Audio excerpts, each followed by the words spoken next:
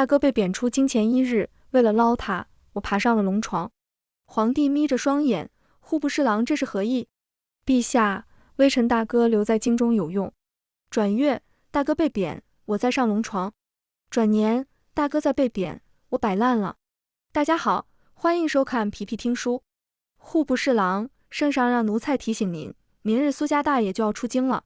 此时我正在看各部送来的批款申请，当即划掉了扩建后宫的奏请。户部侍郎，您莫要使性子，害了苏家大爷啊！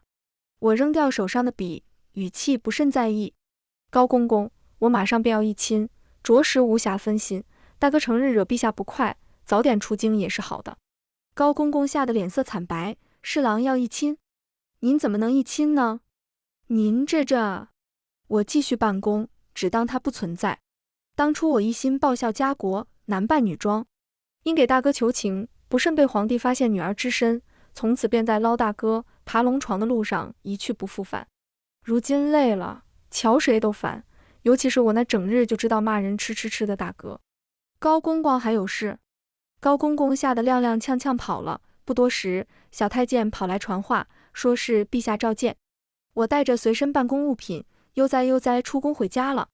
当晚，皇帝翻了我家院墙。你要议亲？我瞧着他那张漂亮的不像话的脸，便有些心神不稳。枉我自命不凡，没想到竟也是个喜好美色的凡夫俗子。是，我绝不能再沉溺美色。他脸色难看，是哪家姑娘？王家、陈家、孙家都有人递帖子，朕还没答应贺亲，你闹什么？我叹了口气，和亲是我提的。大月来犯，陈将军戍守西南边关，朝中无人可用，唯有和亲。好，苏青你真是好样的。他踹了一脚桌边的花盆走了。第二日，议亲的几家便都称病，无法来赴约。我想了想，也称病去野外踏青。大哥哭哭啼啼来找我时，我正在钓鱼。闭嘴！大哥当即收敛，熟练地给我烤鱼。我俩吃喝喝一天，临近傍晚时，他才想起还有事要与我说。青青，你这肚子眼看都3个月了，再大下去可就瞒不住了。我皱着眉头，脸色一时难看。我也是前些日才知晓自己有了身孕，孩子于我而言太过麻烦。这几日我都在考虑孩子的去留问题。大哥，你说留还是不留？我只是随口一问，大哥那不靠谱的性子，想来也给不出我什么建议。却不想他忽地凑到我面前，语气难得严肃。我知你对他另眼相待，可除非你想入宫，否则孩子万万不能留。我愣了下，想不到大哥在关键事上倒不含糊，尚且有一难题解不开。大哥连连摆手，我被贬都是家常便饭了，无碍。你不喜女子，我若不生，咱家要没后了。纵然我离经叛道，可有些事还是有所犹豫。嗨，我当什么事呢？无妨，回头我认一个糊弄老祖宗去。我双眼微亮，此计可行。他几次想要给你封位，你如此忤逆他，就不怕他哪天恼了？大哥是怕往后无人替你求情吧？大哥哼了一声，若没有你，我哪至于3天2头被骂，隔3差5被贬。前日我吃个点心都被骂奢靡度日，咱俩到底谁连累的谁？好吧，我确实无话可说。除却第一次我为他求情，后面他被贬多半出于私怨。你不想进宫，莫不是因为咱家？我眼神暗了一瞬，打断他的话，这次你被贬去永州，我想办法与你一道出京。小月子总要些时日休养，断然不能留在京中的。否则若是被皇帝发现，苏家怕是要落得个满门抄斩的下场。当晚我便上了奏折，言明要去永州查贪污一案。折子当晚就给我退回来了，附赠2个大字做梦。我沉吟片刻后，穿上外衣，出门来到大哥房间。大哥，陪我去青楼买醉。大哥睡眼惺忪出来，啊，我一向只去连官阁。连官阁是京中最大的清官乐馆，不过里面的小官只卖艺不卖身。那正好，就去连官阁。大哥当时便给吓醒了，怎么，他不同意你跟我出京？会同意的。大哥一脸痛心疾首，难怪小皇帝总找我麻烦，被你拿捏没出撒气，可不就只能寻我错处吗？他尚且大我2年，但你心眼子比他多一马车。就当大哥夸我了。我俩出了苏府，直奔连官阁，因为大哥是这里的常客，刚下马车便被簇拥着入了门。苏大爷可有好几日没来了。说话的是个长相妖冶的男子，眼波流转间尽是媚态。我那没出息的大哥当即软了脚，几日不见，邀月可是想我了？邀月瞪了他一眼，转而看向我。这位便是苏大爷口中有八斗之才的弟弟苏侍郎。我有些受宠若惊，想不到大哥在外人面前是如此夸我的，郁结一天的心情霎时间舒缓了不少。不多时，桌上便摆满了酒，我拿起一杯还未动，便被大哥拉住了手。想好了？我不曾犹豫，想好了。大哥眼里划过一抹欣慰，举起一杯酒，不愧是我弟弟，大哥祝你所愿皆所得。我眼眶因有些酸，人生有大哥这一知己足矣，谢谢大哥。我喝尽杯中之酒，圣旨也一同传来。他允我出京了。本以为一切顺利，却不想出京那日还是生了岔子。大哥被留京中纂写古籍，半月后再来永州述职。而与我一道去永州的，乃是皇帝身边的侍卫长梁元。路上，梁元车前驾马，我于车中小憩。落日时分，我们已经离开京城大半日的路程，我喊梁元停车。苏大人可是累了？梁元是皇帝的人，我与他见过几面，却不曾说过话。他对我的身份是知晓的，所以态度十分谨慎小心。前日偶感伤寒，现在有些不舒服，吃些药再上路吧。我咳了一路，梁元并未疑心，当下便叫人给我熬药。随行的丫鬟小宁白着脸将药拿给我时，我正瞧着山下破败的村落出神。梁大人，这处村落离京城不过1日路程，却这样破败，你以为如何？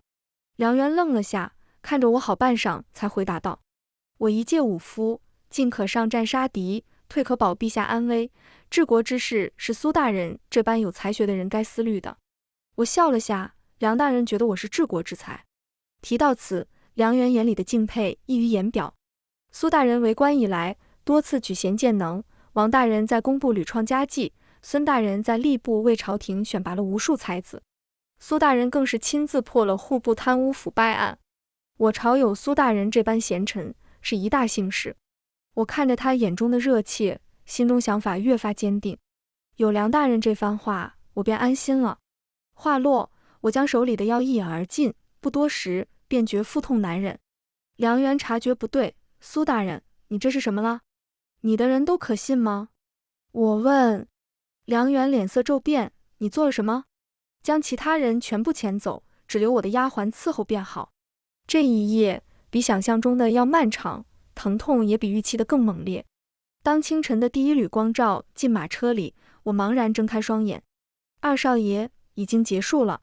说话的是小宁，他自小便跟着我，昨晚想必吓坏了。梁元呢？我听见自己嗓音哑得不像话，真是狼狈啊。外面跪着呢。小宁语气不善，他对皇帝以及他身边的人都十分厌恶。给我换身衣裳吧。我走出马车时，梁元还跪在外面，见我出来，面色复杂地看着我。这里没有旁人，梁大人有话不妨直说。梁元似乎有所挣扎，半晌后只问我，苏大人日后准备如何？若还似先前那般半价左右，又何必如此？我看向山脚下的村落，叹了口气。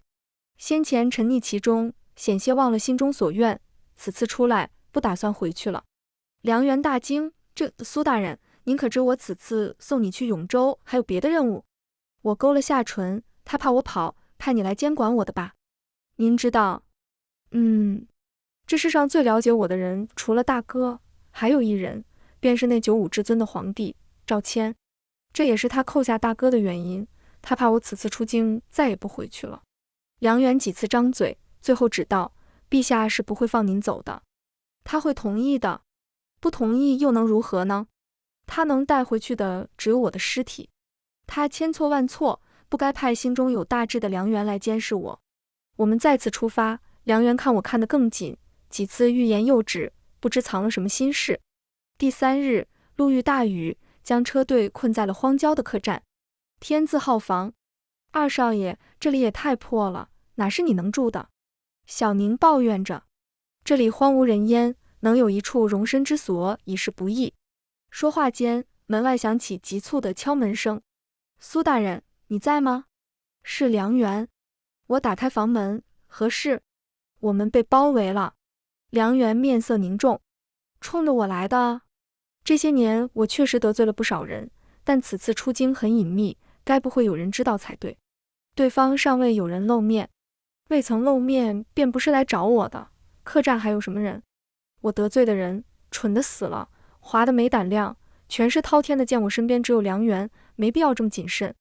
除了我们，这里只有2间房有人，一间住的是对夫妻，另一间是个年轻姑娘。我穿上长衫，去瞧瞧吧。我们先去找的那对夫妻，很朴素的老实装扮，说是要去锦州探亲，瞧着没什么问题。找到年轻姑娘那间房，敲了半天门，才有人应声。何人？对方语气谨慎，声音带着明显的颤音，该是他无疑了。姑娘可得罪了什么人？我问得直白，梁元在一旁急得恨不得亲自开口。半晌后，里面传来女子啜泣的声音。我耐心等着，直到房门被推开。他见到我先是愣了下，随后恳求道：公子，能请你帮个忙吗？女子面容憔悴，眼神带着视死如归。说来听听吧。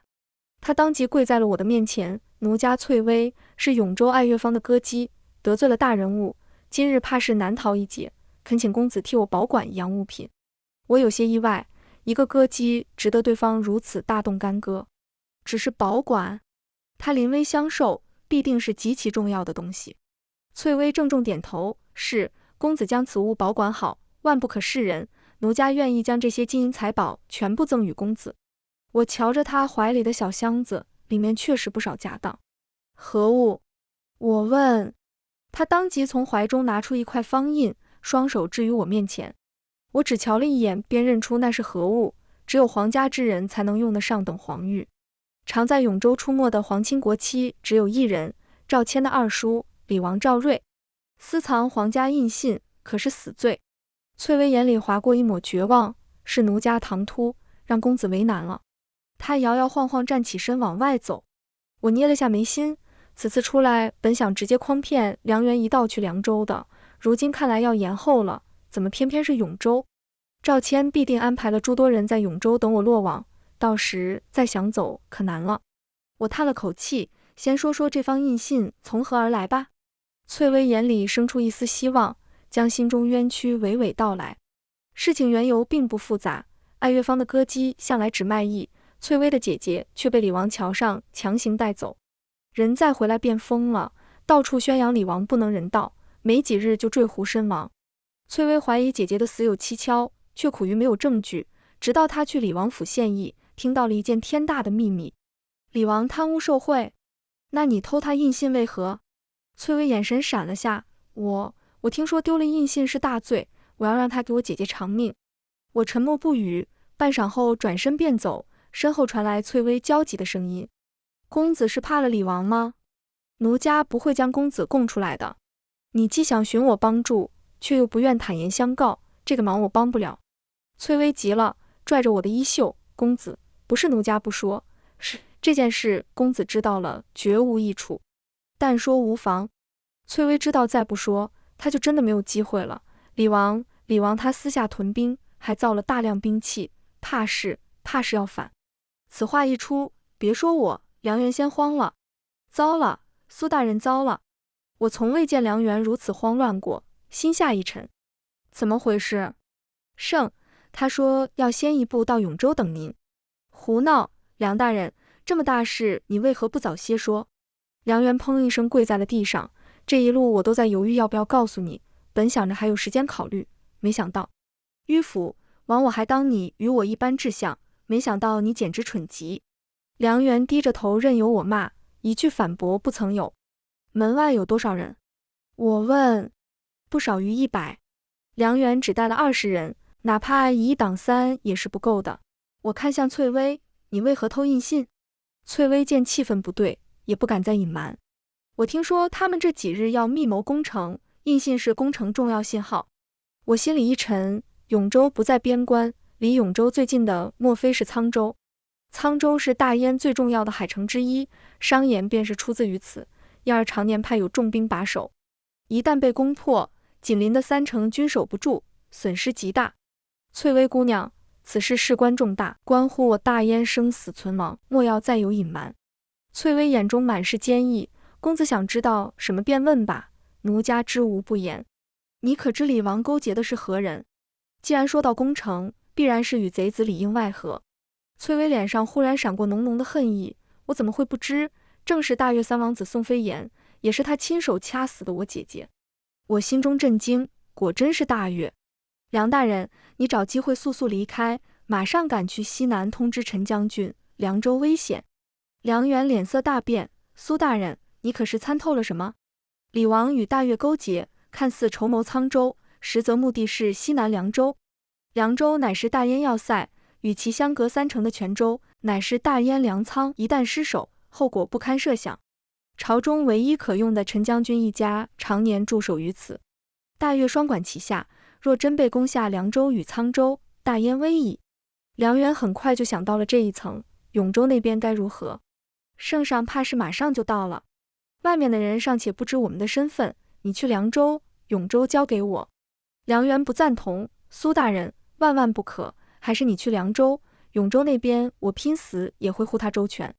我正想劝说他，翠微忽然站了出来，公子，他们要抓的是我，只要我出去，你们自然就安全了。不行，我想也不想便拒绝了。翠微拼死带着印信传出消息，已是立了大功，岂有牺牲他的道理？翠微忽然跪在了地上，公子，奴家没什么学问，却也看得出你们2位身份不简单，奴家愿意为你们铺路。我心中生了几分敬佩。都说商女不知亡国恨，可面对家国大事，敢以蝼蚁之身抵挡风暴，这份魄力不是谁都有的。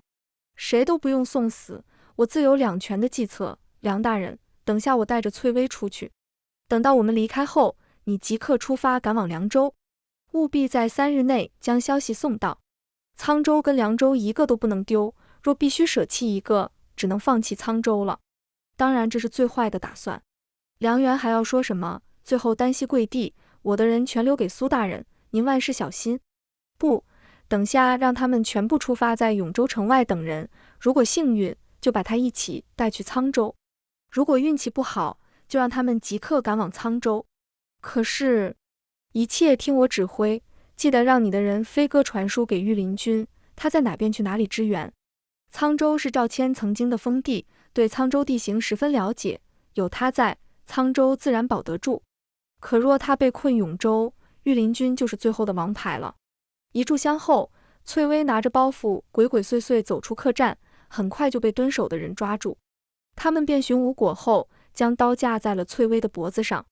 东西在哪？翠微吓得脸色惨白。我将东西偷偷放到客栈一位公子身上了。男人面色一沉，进去搜。天字号房。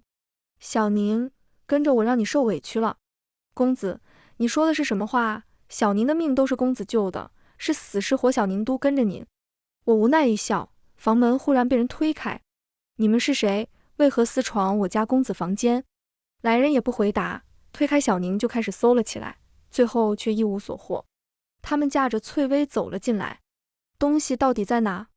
翠微支支吾吾不肯吭声，直到对方将匕首插进她的肩膀。翠微疼得脸色惨白，我把东西留在永州了，除了我谁都找不到。领头的人脸色难看，冲身后的人挥手，把他们都给我带走。小宁当即拦在我面前，你们是谁？想对我家公子做什么？要钱的话尽管拿去，别伤害我们。对方没了耐心，直接将小宁打晕，将我们所有人都押上了马车。他们住的客栈距离永州本来也只剩下3天路程，对方似乎很着急。快马加鞭，不到1天已经走了一半路程。车上，我依靠在马车上闭目养神，外面忽然响起嘈杂的声音，半晌后有人喊了句：王爷。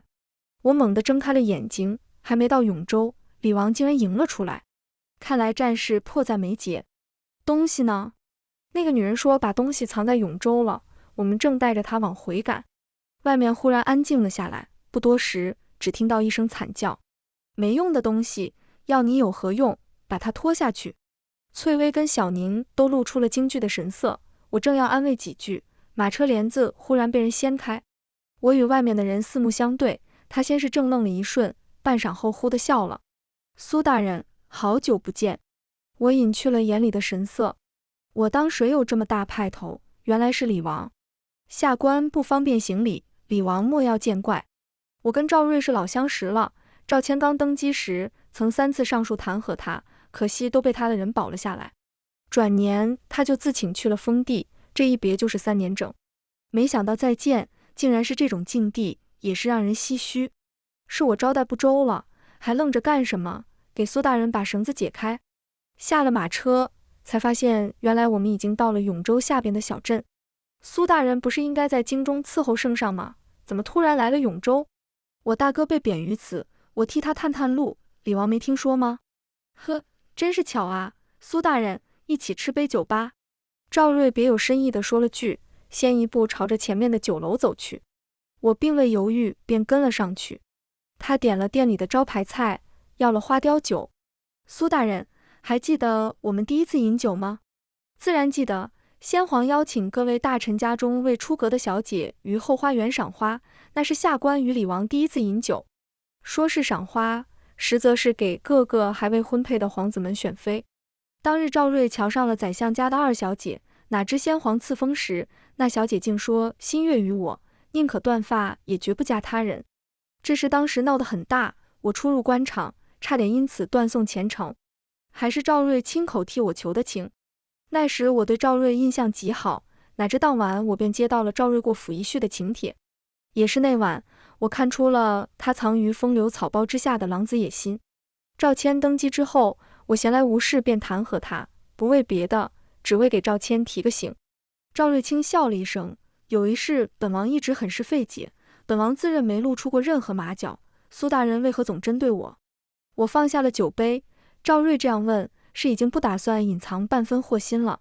当年我去你府上那日，见你吃穿用度全都是最奢华的，但有一支笔却磨损严重，想必是很喜欢，常常使用。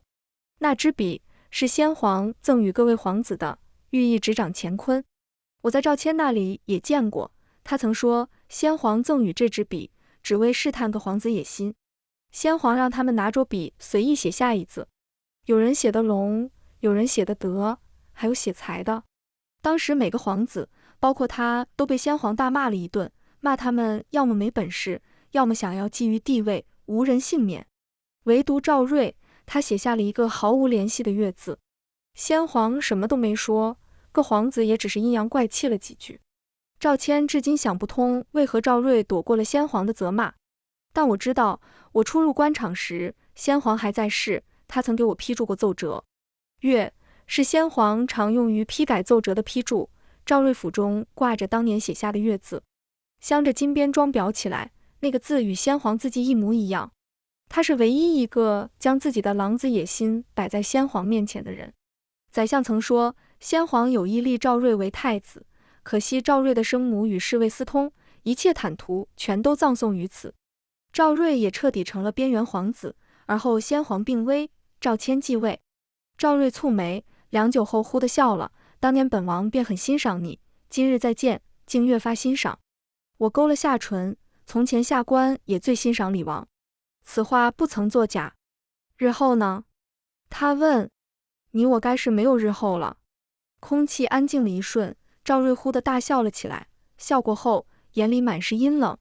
当日你不选我，今时今日还是选他？是。话落，我身后传来一道熟悉的声音，朕就知道苏大人对朕一片忠心。我猛地回头，不敢置信地看向赵谦，他怎么在这？赵瑞的人是带着他们绕路来的小镇，赵谦不该路过此地的。呵，没想到小小的酒楼把我们3个都聚齐了，本王是不是应该给圣上行个大礼？赵瑞虽如此说，却没有起身的意思。他的人顷刻间将酒楼围了个水泄不通。王叔这是何意？赵谦也不见慌张，还有心情给我使眼色。我知道他必定是有了后招，他突然来永州，怕也不是为我。我生气了，非常生气，不是因为他瞒着我，而是他身为君王，却以身犯险。我抱着双臂退到了窗边，旁观他们俩的勾心斗角。生在皇家，叔侄两个注定没多大感情。李王先开口，圣上此时不是该商讨与大越联姻之事，为何出现在此？赵谦坐到了刚刚我的位置上，将桌上的半杯酒一饮而尽，朕的疆土都快守不住了，还哪有心情联姻？呵，是我小瞧你了，你在我身边安排了眼线？怎么可能？朕对王叔是十分信任的，有乱臣贼子挑拨你我的关系，其罪当诛。赵谦说着，挥了下手，他身后站着的人立马端上了一个四方的盒子。我心里一紧，看到盒子里人头的那一刻，悬着的心终于落了下来，是大越三皇子的人头。我此刻心情有些许复杂，曾几何时，那个羽翼未丰的圣上早已经能够独当一面了，但转念便心安了下来，朝堂之上确实不再需要我了。赵瑞眼里划过一抹狠戾，没想到还是输了你半子，难怪当年父皇执意将你扶持上位。王叔总是这般自傲，从未将朕一个年幼皇子放在眼中过，你可知当年皇爷爷为何选我？李王摇头，赵谦年幼时并不出众，胆小怕事，别说父皇瞧不上他，连他都没把这个侄子放在眼里过。赵谦轻笑了一声，忽地看向我，苏大人可知晓缘由？我微微蹙眉，这等皇家秘辛不是我一个臣子该妄加议论的。赵谦见我不说话，微微勾了下唇，漫不经心将酒杯扫到了地上，酒楼外赵瑞的人瞬间被影卫绞杀。苏大人不用有负担，王叔年事已高，莫要叫他留有遗憾。李王才30罢了，何来年事已高？他这是已经动了杀心。赵瑞见自己的人君已被杀，眼神暗了下来，苏大人但说无妨。我这才温声开口，余妃与侍卫私通，本做得十分隐蔽，偏偏那日先皇临时去了芙蓉殿。李王脸色大变，不敢置信地看向赵谦，是你陷害我的母妃？圣上只是给先皇送了一枝芙蓉花而已，只不过刚巧那日王爷的舅舅孙将军殿前失仪，说了些不该说的话。孙将军功高盖主，先皇忌惮已久，即便没有那朵芙蓉花，余妃也难逃一劫。但赵谦的提醒加速了孙家的覆灭。李王冷笑了一声，果然最是无情帝王家啊！不过你抓了我又如何？沧州凉州大势已去，大燕马上就要沦为他人阶下囚了。赵谦眼神一凛，你做了什么？印信用来传递信号不假，但我们还有备选方案。3日后商盐开采，粮仓放粮，正是攻打的最佳时期。我的人遍布这2处要塞，只等时机一到，自会趁着暴乱打开城门。我心里一紧，赵瑞这是早就做好了鱼死网破的准备。你想毁了大燕？赵瑞冷笑了一声，我得不到，那就毁了。他说着，猛地抽出腰间软剑，在所有人都没反应过来之际，一把将我拉在身前。赵谦，你千不该万不该，不该把苏青这个王牌送到我面前。赵谦面色一沉，却坐在椅子上没动分毫。王叔是不是太看得起苏大人了？苏大人，既然圣上不在意你的死活，那你便与我一道下地狱吧。赵瑞加重了手上的力道，锋利的软剑瞬间划破了我的脖颈。赵谦脸色一变，别动他，我放你走。赵瑞得意一笑，带着我一步步退到了酒楼外。我们坐上马车，直奔山顶，影卫在后面紧追不舍。我叹了口气，已然走到末路，何必如此？本王平生欣赏的人不多，你是唯一一个，可惜偏偏是他的人，活人我抢不过，鬼魂总要争一争。我给王爷指条生路如何？呵，苏大人当我是孩童糊弄吗？赵谦是不可能留我活口的，我保你一命，你替我做一件事。我语气里带着笃定。赵瑞没吭声，但明显已经有几分动摇。你想让我做什么？你挟持我一起去沧州。赵瑞眼里划过一抹诧异，为了他，你连命都豁得出去？李王，我是大燕子民，守的是大燕。先前我说欣赏你，你可知为何？不知。从前我知你狼子野心，却只是弹劾，从未对你出手，不是因为没将你放在眼里，而是因为你封地的子民从老到小，高官平民，无一不在夸你能将一隅之地治理得井井有条，上下一心。我是欣赏你的，我想你如此爱民，必然会恪守本分，怎料终究看错了人。李王脸色难看，那你又知道赵谦一直派人监视我吗？我不知什么时候会在梦中被人砍头，你让我如何偏居一隅？生在帝王家，享受了无尽的荣华，总要承担其中的风险，输了就是输了。李王苦笑了一声，我不甘心被一个我最看不起的人抢走一切。圣上在冷宫10余年，君子六礼样样拔得头筹，你真以为先皇是随便选的储君吗？赵瑞脸色一变，想到今日之事，心知苏青说的是对的。我叹了口气，你可有想过，引敌国来犯，你封地的百姓会有什么后果？大越会因着你的关系厚待他们。赵瑞没说话，但我在他眼里看到了后悔。你的封地离沧州最近，你我2人联手，也许还有转机。我已经让梁元快马加鞭赶去凉州，有陈将军在，凉州无碍。沧州这边，我孤身一人也难以逆转局面，但若有赵瑞助力，可以一试。赵瑞最终同意了我的提议，马车停在了路边，影卫纷纷停住。半晌后，赵谦骑马赶了上来。我正要下车，赵瑞忽然开口：“他不会同意的。”“他会同意的。”我下车走向赵谦，他急得跳下马，拥我入怀。“你吓死我了！”我拍了拍他的肩膀，开口道。赵瑞答应陪我去沧州阻止暴乱，大越和亲的人一直见不到你会生疑的，你即刻带人回皇宫坐镇。赵谦脸色大变，你说什么？你要跟赵瑞去沧州？我不同意。沧州以及紧邻的3座城，你不要了？你青青，从前他以为你是男儿身，都敢觊觎你，现在知晓你的身份，肯定没安好心。我有些哭笑不得，我是去办正事的，你能不能正经一点？你从前很欣赏他，我长大之前，你还说见过最俊美的男人就是李王。我没法反驳，这话我确实说过。赵谦见我不肯妥协，只得退了一步，你去可以，但是要答应我，办完事后即刻回宫。我没答应，反而问了他一个问题：翠微是你安排的？赵谦脸色白了几分，心虚的不敢看我。为何故意引我来永州？赵谦猛地搂住了我，委屈道：我怕你一走了之，再也不要我了。我猛地将人推开，你简直是疯了，拿整个燕国留我？我就是疯了，没有你，燕国给赵瑞又如何？我气得说不出话，半晌后叹了口气。你应该知道我心中所愿，这次出来，我不会再回去了。赵谦身体一僵，眼里划过一抹害怕，死死搂着我。青青，你还会回来吗？给我10年时间，无论回不回，我都去见你一面，可好？不好。赵谦话音里带着哭腔。我心中有些不忍，没人知道那个不可一世的君王，在我面前从来只有无助。我杀了那些害你家破人亡的大臣，你别走好不好？赵谦忽然说道。不好，他们都是我亲手举荐的国之栋梁。20年前，苏家被诬陷通敌叛国，满门抄斩，只留下我们兄妹2人。我最初走上仕途，为的是报仇，奈何事与愿违，先皇纵有不足，却也算无功无过。赵谦更是爱民如子的好皇帝。那些陷害我家满门的大臣陆续得到惩罚，可他们的儿女却有勇有谋。现如今朝中有一半我举荐的贤能，都是我的仇人之后。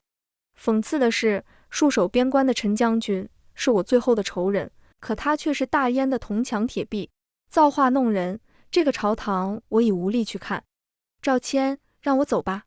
我的声音淡淡的，是心如死灰的决绝。赵谦最后还是妥协了，每次只要我坚持，他在生气，最后都会妥协。他太懂我了，但我也懂他，他答应放我离开，却不代表会任由我离开他的视线。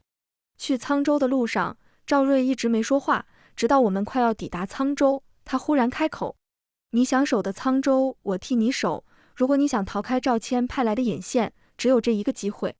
我沉默不语，半晌后面色淡淡的看向他，我能相信你吗？苏青，当年你来我府上，也问过能相信我吗？我没给你回答，但今天我可以肯定的回答你，我在，沧州在，我灭，沧州也绝不亡。我从见过赵瑞这般模样，为什么帮我？赵瑞忽的一笑，为你当初对我的欣赏，何况我也不是没有一点私心，你走了，最痛苦的是他，今日我若没死，即便是为了你的下落，他也不会杀我。我心中了然，后会无期。话落，我从车窗毫不犹豫跳了出去。马车继续前行，半晌后，一队人马也追随而去。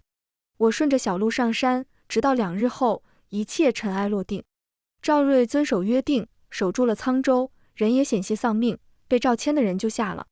沧州城内，我坐在茶楼喝茶。你躲得够明显的，我找了你2日才找到。我转头看向扮成女子的大哥，抿唇轻笑，大隐隐于市。现在怎么着？咱们姐弟俩去哪儿呀？我沉吟半晌后说道，大月这次损失惨重，去玩玩。不是吧，弟弟啊，哥哥禁不住你这么折腾啊。3月初3，我与大哥已经在大越逗留了3年整。大越一直比燕国发展得好，这期间我学了不少东西。直到燕国传来皇帝即将大婚的消息，我跟大哥踏上了回燕国的路。这一路我们走走停停，每到一处地界，便将所学全部倾囊相授。抵达凉州的时候，已经是1年后了。刚进城门，弟弟，你觉不觉得这里不太对劲？我们马上离开。我转身就走，身后却传来一道凉飕飕的声音：苏侍郎别来无恙啊！全文完，皮皮听书，感谢您的观看，每天上新精彩小说，喜欢就订阅吧。